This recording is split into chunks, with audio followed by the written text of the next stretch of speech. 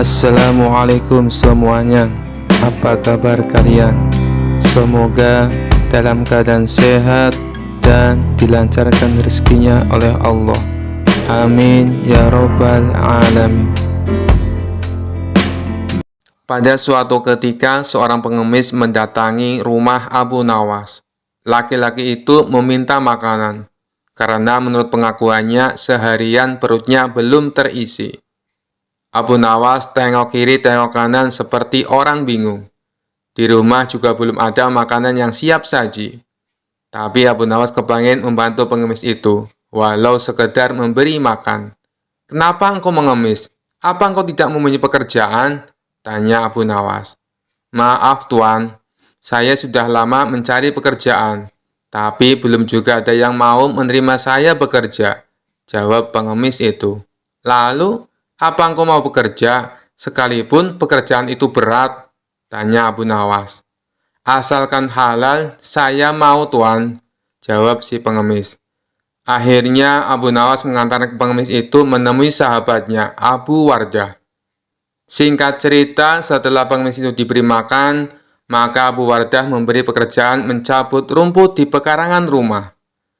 Ternyata lelaki ini merupakan seorang pekerja yang sangat rajin dan tangkas. Dalam waktu singkat saja pekerjaannya pun selesai. Abu Wardah pun sangat kagum dan tergerak hatinya untuk memberikan pekerjaan yang lebih serius. Ia pun meminta pekerja baru itu untuk memisahkan satu ember kurma menjadi 3 bagian. Yang bagus diletakkan di keranjang pertama, sementara yang lumayan bagus diletakkan di keranjang kedua, dan kurma yang jelek diletakkan di keranjang ketiga. Pada keesokan harinya, Abu Nawas datang ke rumah Abu Wardah untuk menanyakan kabar dari pengemis itu. Ia pun menjelaskan bahwa pengemis itu sangat rajin dan terampil mencabut rumput di ladang, sehingga dirinya menyimpulkan bahwa pengemis itu adalah pekerja yang baik. Maka dari itu, Abu Wardah memberikan pekerjaan yang lebih serius kepadanya. "Sekarang, dia bekerja apa?" tanya Abu Nawas. "Tadi malam, dia saya suruh untuk memisahkan kurma-kurma menjadi 3 bagian. Mari kita ke sana untuk melihatnya. Tentu sudah selesai pekerjaannya itu," kata Abu Wardah. Tapi apa yang terjadi? Keduanya mendapati pengemis itu sedang tidur pulas. Tugas yang diberikan tidak dikerjakan. Dengan penuh tanya, Abu Wardah pun membangunkan pengemis itu. "Kenapa engkau tidak menyelesaikan pekerjaanmu yang sangat mudah itu?" tanya Abu Wardah. "Maaf Tuan, kalau hanya memindahkan kurma, sesungguhnya itu mudah. Yang sulit adalah membuat keputusan. Mana kurma yang baik, mana kurma yang lumayan baik, dan mana kurma yang jelek. Karena saya tidak diberitahu sebelumnya," jawab pengemis. "Sungguh itu tak terpikirkan olehku," kata Abu Wardah sambil menepuk jidatnya. Abu Nawas pun tersenyum melihat kejadian itu. Secerdik ini geleng-geleng karena sahabatnya itu hanya bisa memberikan tugas saja, tapi tidak mengajarinya dengan baik cara melakukannya. Kisah selanjutnya. Entah kenapa hari itu Baginda Raja merasakan jenuh. Kekayaan yang berlimpah dan kekuasaan yang dimilikinya justru membuat dirinya bosan hidup di dalam istana. Lalu salah satu penasihat istana menyarankan supaya Baginda Raja pergi berburu ke hutan seperti biasanya. Namun saran tersebut ditolak. Baginda Raja beralasan kegiatan tersebut sudah sering dilakukannya. "Aku sudah bosan berburu ke hutan. Apakah ada saran yang lain?" tanya Baginda Raja. "Sebenarnya apa sih yang membuat Baginda Raja bosan?" tanya balik penasehat istana. "Aku bosan hidup di dalam istana. Aku jenuh dengan semua keadaan ini," jawab Baginda Raja. "Oh, jadi intinya Paduka ingin mencari suasana yang baru. Saya ada ide Paduka yang mulia. Bagaimana kalau Paduka berkemah?" usul penasehat istana. "Berkemah? Sama sekali aku tidak tertarik," balas Baginda Raja. "Begini Paduka yang mulia, supaya kegiatan berkemah Paduka itu terkesan permainan. Bukankah selama ini Paduka ingin supaya Abu Nawas kalah?" ucap penasehat istana. "Ya, memang. Tapi permainan apa yang ingin kau usulkan? Tanya Baginda Raja. Kemudian penasihat istana memberitahu tentang jenis permainan yang akan dilombakan. Ide kamu sangat cemerlang kali ini. Pasti dia akan kalah. Baiklah, sekarang juga panggil Abu Nawas kemari. Maka beberapa pengawal istana segera menuju rumah Abu Nawas. Singkat cerita, datanglah Abu Nawas ke istana menghadap Baginda Raja. Selamat datang Abu Nawas, mari meningkatlah dan duduk bersamaku, sambut Baginda Raja. Paduka sepertinya terlihat ceria, saya ikut berbahagia Paduka, balas Abu Nawas. Oh, tentu saja Abu Nawas, karena saya ingin menantangmu sebuah permainan. Kalau kamu menang, kamu akan saya kasih hadiah 1000 dinar. Tapi kalau kamu kalah, kamu harus memandikan semua kuda-kuda istana selama 1 bulan. Apakah kamu bersedia? Tantang Baginda Raja. Kalau boleh tahu, apa itu permainannya? Tanya Abu Nawas penasaran. Lomba berkemah Abu Nawas. Nanti kamu dan aku membuat kemah di alun-alun. Tapi jarak kemahmu dan kemahku agak berjauhan. Siapa saja yang kemahnya didatangi tamu paling banyak, dialah pemenangnya. Ucap Baginda Raja menjelaskan. Sejenak Abu Nawas terdiam. Supaya orang-orang tertarik datang ke kemahku, aku akan bercerita yang membuat orang-orang tertawa. Dan aku pasti akan memenangkan permainan ini, pikir Abu Nawas dalam hati. Baiklah Paduka yang mulia, saya siap menerima tantangan Paduka, balas Abu Nawas. Bagus, nanti malam kita langsung mulai permainannya, timpal Baginda Raja. Setelah malam tiba, Abu Nawas dan Baginda Raja mulai sibuk membuat kemahnya masing-masing. Karena kemah Baginda Raja besar dan banyak hidangan, tentu saja banyak tamu yang berdatangan, mulai dari rakyat jelata sampai pejabat istana, berbondong-bondong bertamu ke kemah Baginda Raja. Sehingga di kemah Baginda Raja terlihat seperti sebuah pesta yang meriah. Semakin malam semakin ramai orang berdatangan. Sedangkan kemah Abu Nawas yang tak jauh dari kemah Baginda Raja, tak ada satupun tamu yang datang. Bagaimana tamu mau datang, kemahnya saja kecil. Belum lagi di kemah Abu Nawas tidak ada hidangan sama sekali. Kalau begini caranya, aku bisa kalah. Mana mungkin tamu mau datang untuk mendengarkan ceritaku. Mereka tentu lebih memilih untuk menyantap hidangan di kemah Baginda Raja, pikir Abu Nawas. Rencana awal Abu Nawas menjadi gagal total. Terpaksa ia harus memutar otaknya supaya bisa memenangkan permainan ini. Dan waktu pun sudah mulai menunjukkan hampir subuh. Itu pertanda permainan akan segera berakhir. Tiba-tiba, ide cemerlang muncul di benak Abu Nawas. Ia lalu mengambil korek api dan membakar kemahnya sendiri. Karena malam itu angin bertiup kencang, dengan cepat api semakin membesar. Orang-orang yang sedang berkumpul di kemah Baginda Raja terkejut melihat ada kebakaran di kemah Abu Nawas. Mereka semua langsung menuju ke sana, bermaksud untuk menolong Abu Nawas. Baginda Raja sendiri ikut mendatanginya. Ia khawatir dengan keselamatan Abu Nawas. Kemah Baginda Raja yang tadinya penuh dengan tamu, kini menjadi kosong. Karena mereka semua sedang berada di kemah Abu Nawas, termasuk Baginda Raja sendiri. Tak berapa lama terdengar suara adzan subuh berkumandang. Alhamdulillah, teriak Abu Nawas kegirangan. Melihat hal itu, orang-orang pun menjadi heran.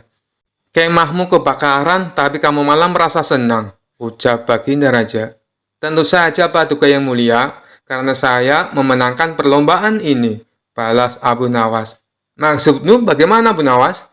Tanya Baginda Raja kebingungan. Lihatlah, semua tamu Paduka datang ke kemah hamba. Oh, belum tentu Abu Nawas, karena semua tamu yang datang ke rumahmu jumlahnya sama dengan tamu yang datang ke kemahku. Berarti tidak ada yang menang, juga tidak ada yang kalah, bantah Baginda Raja.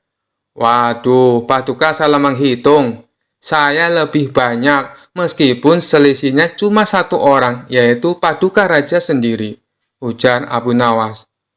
Untuk kesekian kalinya, Baginda Raja harus menerima kekalahan.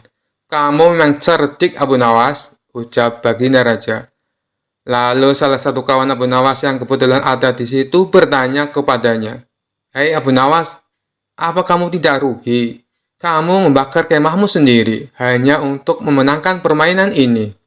Tapi dengan entengnya Abu Nawas menjawab, dengar ya kawan, harga kemahku cuma 10 dinar. Sedangkan hadiah yang akan aku dapatkan jumlahnya 1000 dinar. Kawannya itu langsung memuji kecerdikan Abu Nawas. Kisah selanjutnya. Dikisahkan pada suatu hari Baginda Raja sedang menyelenggarakan pesta besar-besaran untuk menyambut hari jadi negeri Baghdad. Pesta tersebut dipersembahkan untuk seluruh rakyat, baik yang miskin maupun yang kaya. Para pejabat istana dan rakyat jelata membaur menjadi satu, tanpa memandang status sosial. Mereka duduk bersama di tempat yang sama, dan makan di meja yang sama.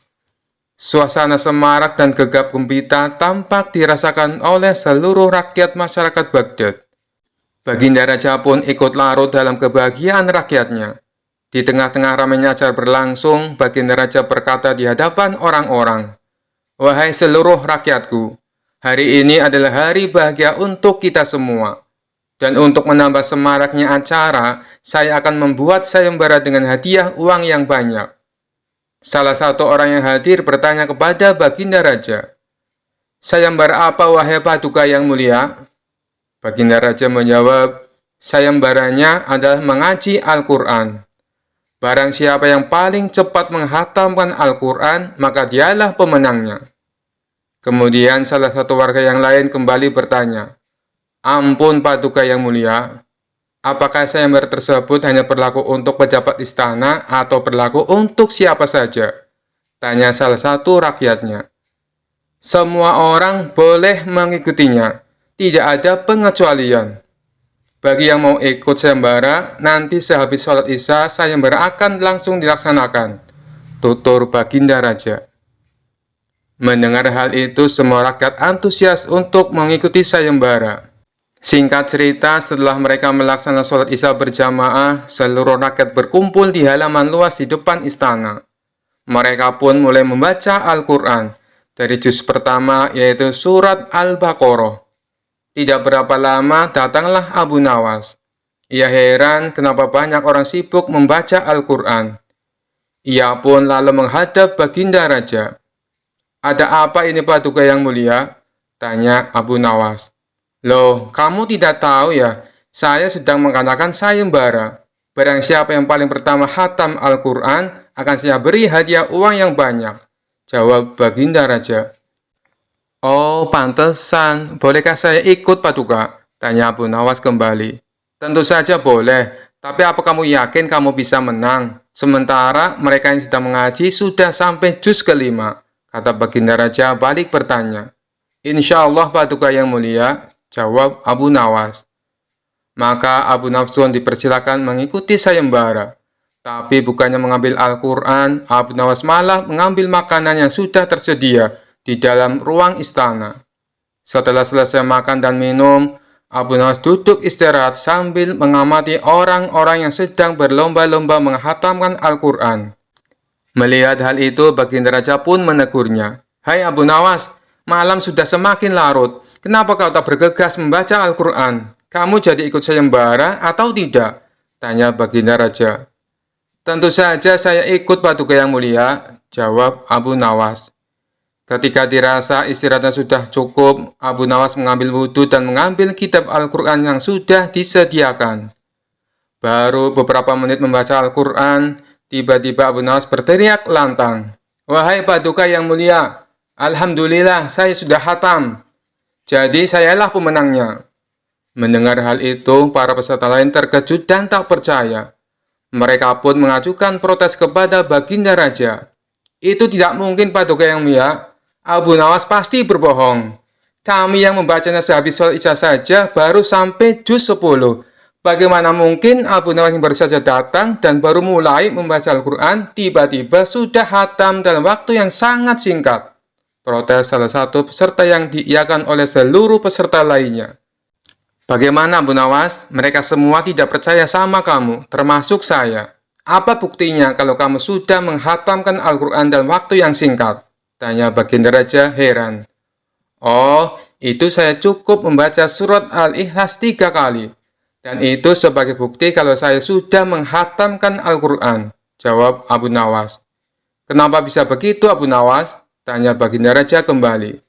Bukankah Paduka sudah tahu, di dalam salah satu hadis, Rasulullah pernah bersabda, membaca 1 kali surat Al-Ikhlas sama seperti membaca sepertiga dari Al-Quran. Kalau dibaca sampai 3 kali, berarti sama seperti membaca seluruh Al-Quran. Tutur Abu Nawas menjelaskan. Mendengar penjelasan Abu Nawas, semua peserta yang ikut seminar hanya bengong dan tak bisa membantah. Sementara Baginda Raja kagum dengan kecerdasan dan kecerdikan Abu Nawas. Akhirnya Abu Nawas lah yang dinobatkan sebagai pemenang untuk membawa hadiah uang dari Baginda Raja. Kisah selanjutnya. Alkisah suatu hari Abu Nawas mondar-mandir kebingungan. Disebabkan dia hanya punya waktu 3 hari lagi hanya untuk melunasi semua hutang-hutangnya. Jika tidak mampu melunasinya, dipastikan Abu Nawas akan dipenjara dan aset hartanya akan disita oleh kerajaan Khalifah Harun al-Rasyid. Abu Nawas harus mencari akal agar aset hartanya yang tersisa tidak disita oleh pengadilan kerajaan. Selama 3 hari 3 malam, Abu Nawas tidak bisa tidur dan tidak bisa makan. Dia berpikir sepanjang hari dan sepanjang malam. Menjelang hari yang ketiga, Abu Nawas berteriak lantang, "Aku punya akal!" Pakik Abu Nawas kegirangan. Abu Nawas segera menemui istrinya dan menceritakan ide cemerlangnya. Apa? Apa kamu sudah gila? Pakik istri Abu Nawas terperanjat kaget. Abu Nawas membiarkan keterperanjatan istrinya hanya dengan senyum. Kemudian Abu Nawas membisikkan sesuatu ke telinga istrinya, diiringi serengai senyum sang istri penuh pemahaman. Baiklah, kalau begitu maumu, aku menurut saja, ujar istrinya mengangguk-angguk. Keesokan harinya, Abu Nawas dipanggil dan dihadapkan di depan persidangan. Khalifah Harun al-Rasyid sendiri yang menjadi hakimnya. Hai Abu Nawas, sudah banyak laporan yang mengadukan bahwa kau sudah terlalu banyak hutang dan tidak ada jalan, kecuali hartamu yang tersisa itu saja yang akan diambil kerajaan untuk disita dan dilelang. Sekarang sebutkan aset harta kekayaan apalagi yang masih tersisa. Rumah, tanah, kebun, ternak, atau toko? Tanya sang khalifah. Maafkan hamba, duhai Baginda Raja yang bijak. Hamba tidak memiliki semua yang Baginda sebutkan itu. Hamba sekarang telah pahit dan jatuh miskin, ujar Abu Nawas memelas penuh rasa iba.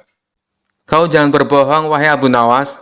Pihak penuntut umum kerajaan telah mendata semua asetmu yang masih tersisa, dan itu akan kami sita sebagai jaminan, tegas sang khalifah. Benar Baginda, hamba tidak berbohong. Aset kekayaan itu sudah tidak bukan milik hamba lagi. Hamba sudah tidak punya apa-apa lagi untuk disita. Apa maksudmu, wahai Abu Nawas? Kau jangan mempermainkan persidangan mulia ini. Berkata jujurlah, sebab jika tidak kau akan dikenakan sanksi yang lebih berat lagi. Benar Baginda, hamba tidak bersusta. Tadi malam, setelah mengetahui hamba tidak mampu lagi melunasi hutang-hutang hamba yang dibeban pengadilan, lalu istri hamba meminta hamba untuk menceraikannya. Dan dia meminta agar semua aset harta kekayaan diserahkan atas nama istri hamba. Hamba pun telah menyerahkan semua tanpa tersisa. Dan sekarang hamba tak memiliki apa-apa lagi untuk disita. Sang khalifah termenung. Dia memberikan bahwa apa yang dilakukan oleh Abu Nawas benar adanya. Bahkan menurut peraturan undang-undang kerajaan, apabila seseorang sudah jatuh bangkrut dan dinyatakan pailit, maka segala tuntutan hutang-hutangnya dibebaskan oleh kerajaan. Istri Abu Nawas serta saksi-saksinya pun dihadirkan untuk bersaksi, sebagaimana kesaksian Abu Nawas. Dan benar adanya, Abu Nawas telah menceraikan istrinya, dan ia pun telah menyerahkan aset kekayaannya pada istrinya. Walhasil, akhirnya keputusan sidang memutuskan bahwa Abu Nawas dilepaskan dari segala tuntutan hutang. Setelah diketok palu, Abu Nawas segera menggandeng bahu istrinya. Orang-orang pun terheran-heran dan bertanya, mau kemana dia membawa istrinya. Abu Nawas dengan santai menjawabnya, "Aku ingin mengajaknya rujuk kembali." Sang khalifah dan semua hadirin yang hadir hanya bisa menggeleng-geleng kepala melihat kecerdasan si Abu Nawas melepaskan diri dari hutang serta ancaman sitaan harta dari pengadilan kerajaan. Kisah selanjutnya. Abu Nawas merupakan seorang pujangga Arab yang terkenal dengan kecerdikan dan kecerdasannya. Ia juga dikenal seorang sufi yang dikagumi banyak orang karena dapat menyelesaikan segala permasalahan yang dialami oleh orang lain. Abu Nawas hidup sezaman dengan Khalifah Harun al-Rasyid. Ia hidup bersama istrinya yang amat ia cintai. Kehidupan Abu Nawas dengan istrinya penuh dengan kebahagiaan. Terlebih sang istri adalah wanita cantik dan juga berbakti kepada suami. Hal ini membuat Abu Nawas sangat mencintai istrinya. Namun kebahagiaan Abu Nawas tersebut tidak berlangsung lama, sebab istri yang amat ia cintai dipanggil oleh Yang Maha Kuasa.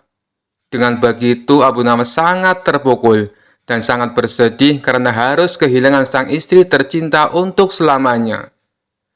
Abu Nawas tidak menyangka sang istri begitu cepat meninggalkan dirinya. Para tetangga dan sahabat Abu Nawas berdatangan untuk mengucapkan duka citanya. Mereka juga mencoba menghibur Abu Nawas untuk tidak berlarut-larut dalam kesedihan. "Abu Nawas, kamu tak perlu terus-terusan bersedih. Aku punya saudara perempuan cantik. Kalau kamu berkenan, akan aku nikahkan denganmu," ucap salah satu sahabatnya. Sementara tetangga yang lain berkata, "Ikhlaskanlah kepergian istrimu, tak perlu terus kau tangisi. Aku punya anak perempuan cantik. Kalau kamu mau, aku akan menikahkannya denganmu. Tak perlu pakai mas kawin yang mahal, Abu Nawas. Semampunya kamu saja." Karena para sahabat dan tetangga selalu menghibur, beberapa hari kemudian Abu Nawas terlihat kembali ceria seperti sedia kala. Ia kembali melakukan aktivitasnya, tidak ada lagi kesedihan. Ia juga sering nongkrong di warung bersama para sahabat dan tetangganya. "Kami ikut senang, Abu Nawas. Kamu tidak lagi terlihat sedih," ucap salah satu sahabatnya saat nongkrong di warung. "Itu semua karena kalian selalu menghibur aku. Aku sangat berterima kasih kepada kalian," jawab Abu Nawas. Beberapa minggu setelah kepergian istrinya, Abu Nawas kembali dirundung kesedihan. Keledai Abu Nawas satu-satunya mendadak mati untuk selamanya. Hal itu membuat Abu Nawas kembali terpukul, sebab keledainya itu sangat penurut dan sering menemaninya dikala ia merasa kesepian. Sudah hampir 1 bulan lamanya Abu Nawas masih terlihat bersedih. Ia selalu mengurung diri di rumah. Abu Nawas juga tidak pernah keluar untuk berkumpul bersama sahabat dan para tetangga. Hal itu membuat para sahabat dan tetangganya merasa heran dengan perilakunya.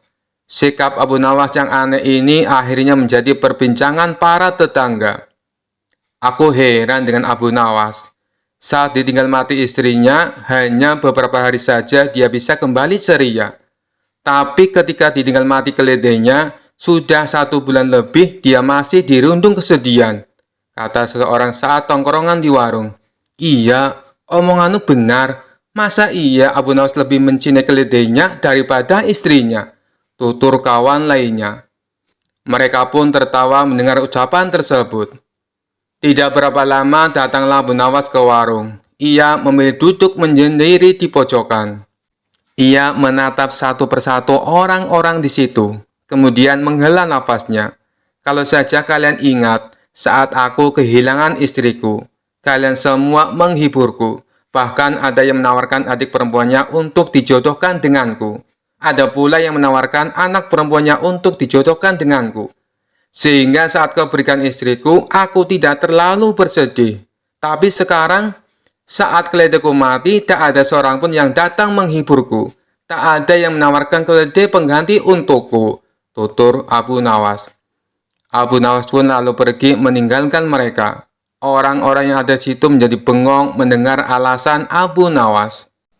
Kisah selanjutnya. Suatu kali Abu Nawas pernah didatangi oleh seorang perempuan dalam kondisi menangis terseduh-seduh lantaran suaminya sakit batuk yang tidak sembuh-sembuh. Saya sudah mendatangi semua tabib dan dukun yang tersohor untuk mencarikan obat buat suami saya, tetapi tidak ada yang berhasil. Tolonglah Tuan, bagaimana caranya agar batuk suami saya bisa reda? Ujar perempuan itu. Abu Nawas berpikir sejenak. Kemudian, ia memberikan segelas air bening kepada wanita tersebut. Minumkan air ini kepada suamimu, kata Abu Nawas. Apakah hanya dengan air ini batuk suami saya akan sembuh? Tanya si wanita agak ragu-ragu. Pasti sembuh, jawab Abu Nawas dengan penuh yakin. Seolah ia mempunyai kuasa untuk menyembuhkan penyakit. Maka sambil membungkuk-bungkuk tanda terima kasih, wanita itu membawa air tersebut pulang ke rumahnya dan meminumkannya kepada suaminya. Beberapa minggu kemudian, wanita itu datang lagi kepada Abu Nawas seraya marah-marah. Setelah menghabiskan air pemberian Tuan, suami saya bukannya sehat kembali, bahkan meninggal dunia. Tuan pembohong licik, ujar perempuan itu dengan suara lantang. Abu Nawas terdiam. Sesudah wanita yang berbelasungkawa itu tenang lagi, Abu Nawas pun berkata, "Maaf Bu, soal mati itu bukan wewenang saya, sebab ajal berada di tangan Tuhan. Saya hanya menyatakan, dengan meminum air saya, penyakit batuk suami ibu pasti sembuh. Tapi kenyataannya, suami saya meninggal dunia," sergah si wanita. Sabar dulu Bu, setelah suami ibu meninggal, apakah ia masih batuk? Tutur Abu Nawas membela diri. Tidak, mana ada orang mati masih bisa batuk, kata si wanita. Nah, itu maksud saya. Batuknya sembuh kan? Adapun akhirnya suami ibu meninggal dunia, begitulah memang akhir hidup setiap insan. Saya dan ibu pun bakal meninggal dunia. Bagaimana pula seorang Abu Nawas dapat mencegah kematian kalau takdir Tuhan telah menentukan ajalnya? Kisah selanjutnya. Dikisahkan ada 3 orang yang cukup terkenal cerdik dan pandai berkeliling negeri untuk menantang adu pintar dengan siapapun. Pada hari yang ketiga, orang itu memasuki kampung Abu Nawas. Penduduk sepakat untuk menghadapi ketiga orang itu, maka mereka sodorkan si cerdik Abu Nawas. Saya yakin Abu Nawas bisa mengatasi 3 orang itu, ujar salah seorang penduduk. Singkat cerita, Abu Nawas akhirnya setuju menghadapi orang itu. Adu kepintaran antara Abu Nawas dan ketiga orang itu diadakan di tengah lapangan, sehingga masyarakat bisa menonton. Setelah waktu yang ditentukan tiba, maka berkumpullah para penduduk setempat. Abu Nawas tampak santai, acara pun segera dimulai. Masing-masing kontestan memperkenalkan diri masing-masing. Sebagai penghormatan, juri mempersilahkan 3 orang itu untuk bertanya kepada Abu Nawas. Ketiga orang itu sangat senang mendapat kesempatan bertanya lebih dulu. Maka dengan congkaknya orang pertama bertanya kepada Abu Nawas, "Di mana sebenarnya pusat bumi ini, wahai Abu Nawas yang tolol?" Abu Nawas tersenyum simpul, dibilang tolol. Si cerdik ini menjawab, "Itu sih gampang." "Kalau begitu di mana?" desak orang itu. "Tepat di bawah telapak kaki saya, saudari yang budiman," ujar Abu Nawas dengan senyum mengembang sembari merapalkan kakinya dan sedikit membungkuk. Jawaban Abu Nawas itu membuat orang kedua tidak terima.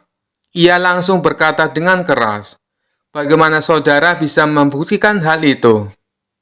Jika kalian tidak percaya atas jawabanku, ukur saja sendiri," jawab Abu Nawas enteng. Tampaknya jawaban itu telah membuat orang pertama tertegun dan hanya biasa diam saja. Untuk itulah tiba giliran orang kedua mengajukan pertanyaan kepada Abu Nawas. Berapa banyak jumlah bintang di langit? Pernyataan yang nyaris sama dan sudah pasti dijawab oleh Abu Nawas dengan mudah. Bintang-bintang yang ada di langit itu jumlah sama dengan rambut yang tumbuh di keledaiku ini, ujar Abu Nawas sembari menuding keledainya yang sedang merumput. Bagaimana saudara bisa membuktikan hal itu? Tanya orang kedua dengan suara tinggi. Nah, kalau tidak percaya, hitung saja rambut yang ada di keledai ini. Nanti saudara akan tahu kebenarannya, jawab Abu Nawas. Itu sih bodoh, akal-akalan saja. Bagaimana orang bisa menghitung bulu keledai? Sanggah orang pintar kedua itu. Nah, kalau aku bodoh, berarti saudara juga bodoh. Bagaimana bisa orang menghitung bintang di langit? Ujar Abu Nawas tak mau kalah.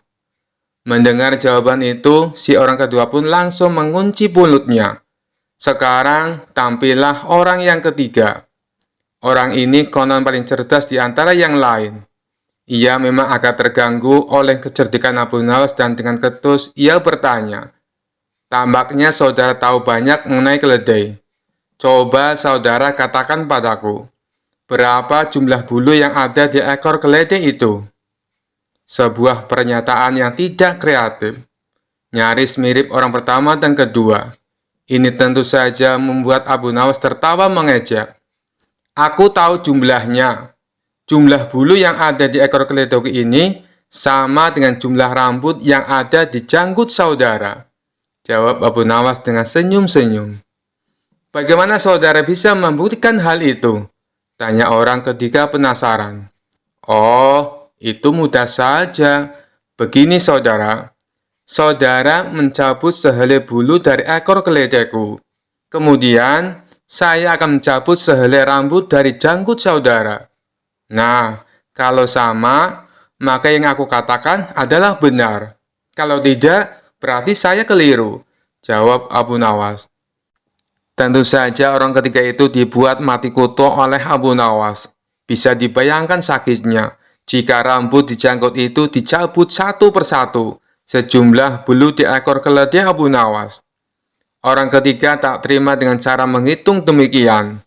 Hanya saja dia tak bisa berkutik. Para penonton pun menganggap Abu Nawaslah pemenangnya. Sekian dulu perjumpaan kita kali ini.